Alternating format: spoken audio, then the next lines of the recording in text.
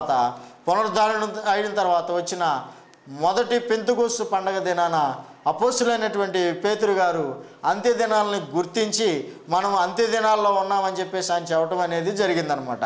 కాబట్టి ఆ కాలంలో వాస్తవంగా పరలోకమందున్నటువంటి దేవుడు ఒక రాజ్యాన్ని స్థాపిస్తాడు అని చెప్పేసి ప్రవచనాల్లో చాలా క్లియర్గా తెలియజేయటం అనేది జరిగింది. మలాకీ గ్రంథంలో అంత్య దినాల్లో మందిర పర్వతం పైన యెహోవా మందిర పర్వతము స్థాపించబడుతుంది అని చెప్పేసి చెప్పబడింది. అది ఆత్మ సంబంధంగా వర్ణించబడింది. దేవుని రాజ్యాన్ని గురించే యెహోవా మందిర పర్వతం అని చెప్పేసి ఆయన చెప్పడం అనేది జరిగిందనమాట.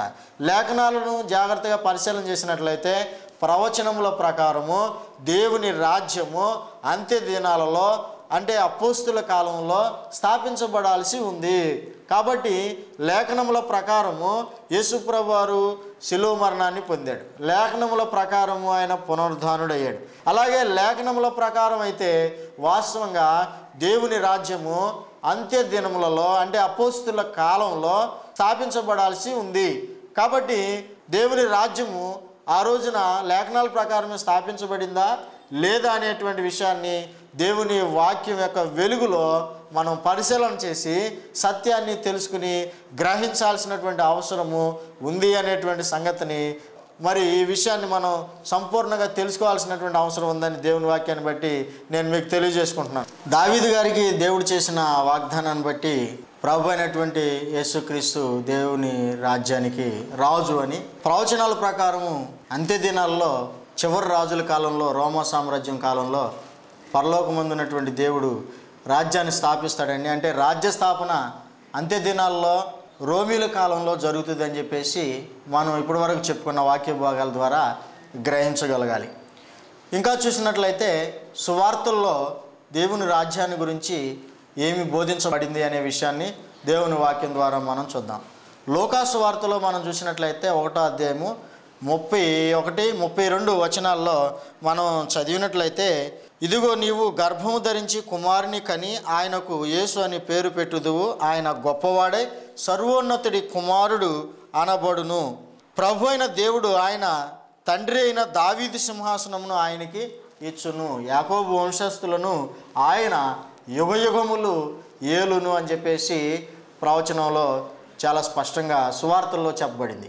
ఇంకా మనం చూసినట్లయితే ప్రియమైన దేవుని పిల్లారా, మత్తయి సువార్త 2వ అధ్యాయము 2వ వచనంలో కూడా చూసినట్లయితే మరి తూర్పు దేశపు జ్ఞానులు యూదులకు రాజుగా పుట్టినవాడు ఎక్కడా, మేము ఆయన నక్షత్రాన్ని చూసి ఆయన్ని కనుగొని పూజించడానికి మేము వచ్చాము అని చెప్పేసి వాళ్ళు యేసుప్రభు వారి యొక్క పుట్టుకను గుర్తించారు.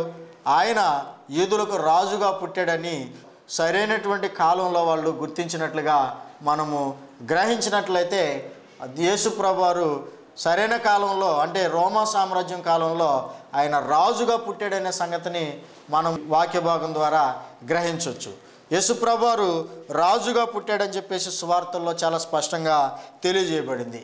బాప్తిసం ఇచ్చే యోహాను గారు ఆయన పరలోక రాజ్యం సమీపించి ఉన్నది, మారు మనసు పొందండి అని చెప్పేసి ఆయన సువార్త ప్రకటన చేసినట్లుగా దేవుని వాక్యంలో మనం చదవగలుగుతాం.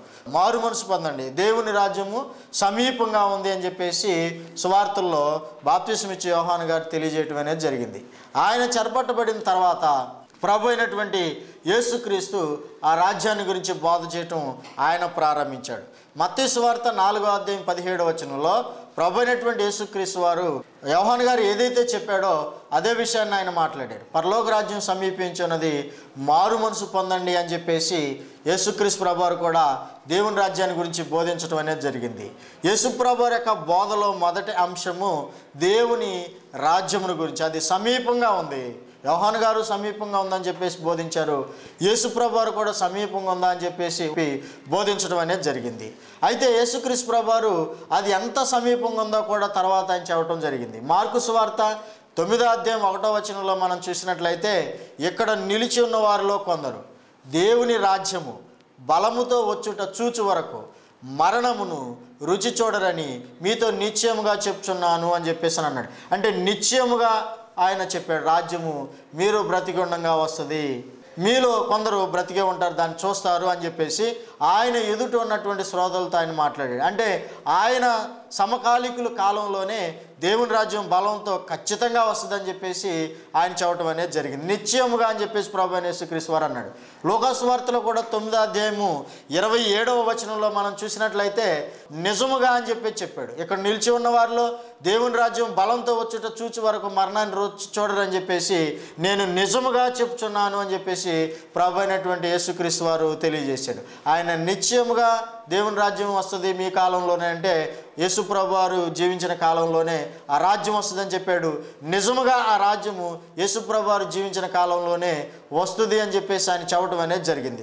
కాబట్టి ఇప్పటి వరకు చూసినటువంటి ఈ వాక్య భాగాల ద్వారా మనం ఏమి గుర్తించగలము అనే విషయాన్ని ఆలోచన చేసినట్లయితే దేవుని రాజ్యము, పరలోకమందున దేవుడు స్థాపించేటువంటి రాజ్యము అంత్య దినాల్లో అంటే అపోస్తుల కాలంలో, రోమా సామ్రాజ్యం కాలంలో నిశ్చయముగా నిజముగా స్థాపించబడుతుంది అని చెప్పేసి ప్రవచనాలు యేసుక్రీస్తు ప్రభువారు యోహాను గారు కూడా బోధించినట్లుగా దేవుని వాక్యంలో మనం చూసాం. ఈ లేఖనాల ప్రకారం వాస్తవంగా మొదటి శతాబ్దంలోనే దేవుని రాజ్యము స్థాపించబడాల్సి ఉంటుంది అనే విషయాన్ని దేవుని వాక్యాన్ని జాగ్రత్తగా పరిశీలన చేసి మనందరం కూడా గ్రహించుదాం. తర్వాత భాగాన్ని మరలా మనము ఈ కంటిన్యూషన్ మరలా తర్వాత మనం నేర్చుకోవడానికి దేవుడు అవకాశం ఇస్తే ఈసారి మనం చూద్దాం. ఇప్పటి వరకు ఈ విషయాలను బట్టి దేవుని రాజ్య స్థాపన మొదటి శతాబ్దంలో జరగాల్సి ఉంటుంది అనే విషయాన్ని వాక్యం ద్వారా మీరందరూ కూడా గ్రహించాలని ప్రేమపూర్వకంగా మీ అందరికీ ఈ విషయాలు తెలియజేస్తూ నేను ఇప్పటికే ఈ విషయాన్ని ఆప్ చేస్తున్నాను.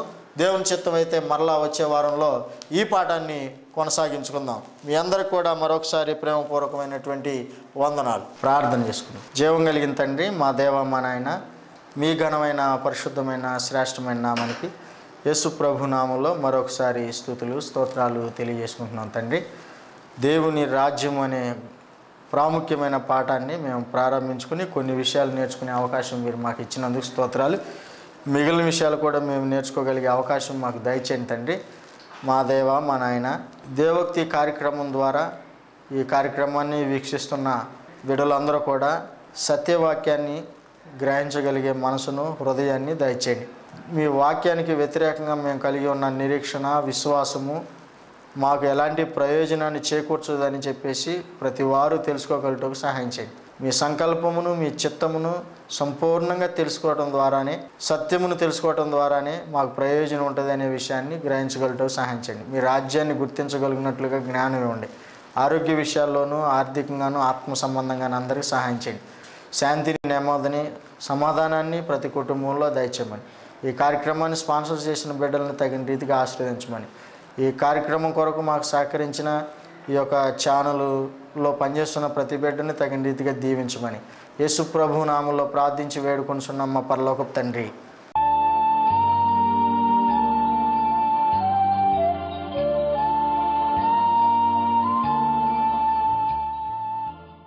దేవోక్తి కార్యక్రమం ప్రతి మంగళవారం రాత్రి 9:30 మరియు శనివారం మధ్యాహ్నం 1:30 తప్పక చూడండి. మీరు మమ్మల్ని సంప్రదించవలసిన మా చిరునామా బ్రదర్ లాజరస్ అశోక్ కుమార్, దేవరపల్లి, క్రీస్తు సంఘము, గోడవల్లి పోస్ట్, విజయవాడ రూరల్, కృష్ణా జిల్లా 521104. మా సెల్ నెంబర్ 9866905206.